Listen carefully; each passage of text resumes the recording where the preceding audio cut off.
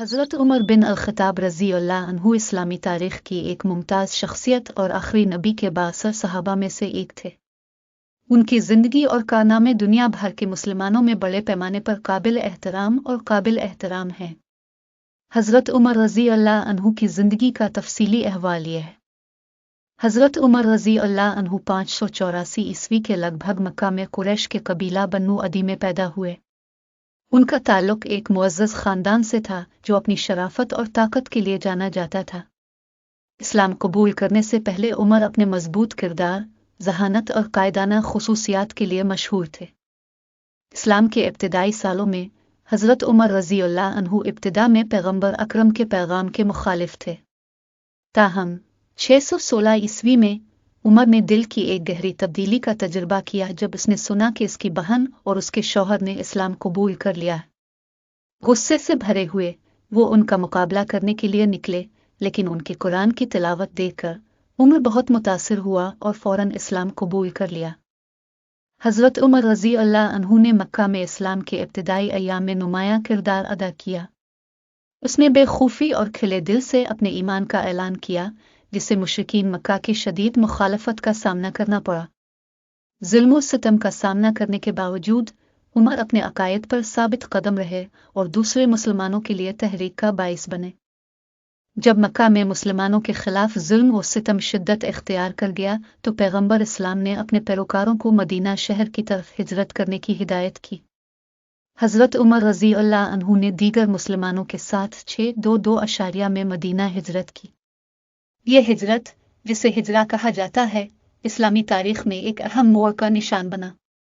پیغمبر اسلام کی رحلت کے بعد حضرت عمر رضی اللہ عنہ نے اسلامی ریاست کے قیام اور استحکام میں کلیدی کردار ادا کیا۔ 634 عیسوی میں اب حضرت ابوبکر رضی اللہ عنہ کی خلافت کے بعد اسلام کے دوسرے خلیفہ بنے۔ خلیفہ کے طور پر ان کا دور انصاف، حکمرانی اور مسلم سلطنت کی توسیع کے لیے جانا جاتا ہے۔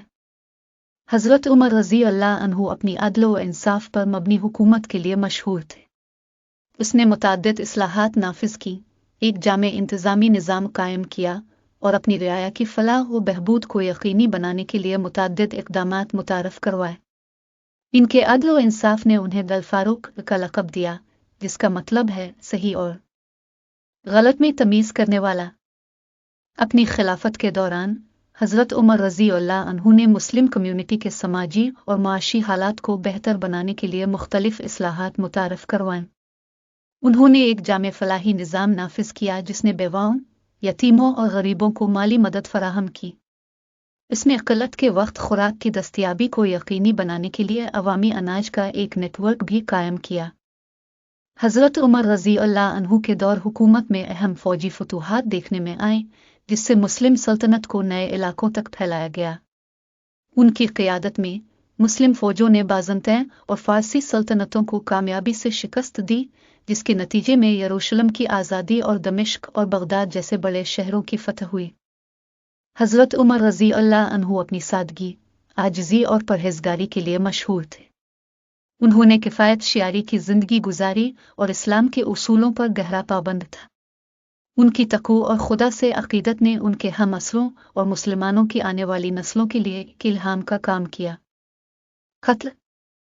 ان کی بہت سی کامیابیوں کے باوجود حضرت عمر رضی اللہ عنہ کی زندگی المناک طور پر مختصر ہو گئی۔ 644 عیسوی میں اسے ابو لولو نامی ایک فارسی غلام نے مسجد کوفہ میں نماز کی امامت کرتے ہوئے قتل کر دیا۔ ان کی شہادت مسلم دنیا کے لیے ایک بہت بڑا نقصان تھا اور ان کی موت نے خاتمہ کیا۔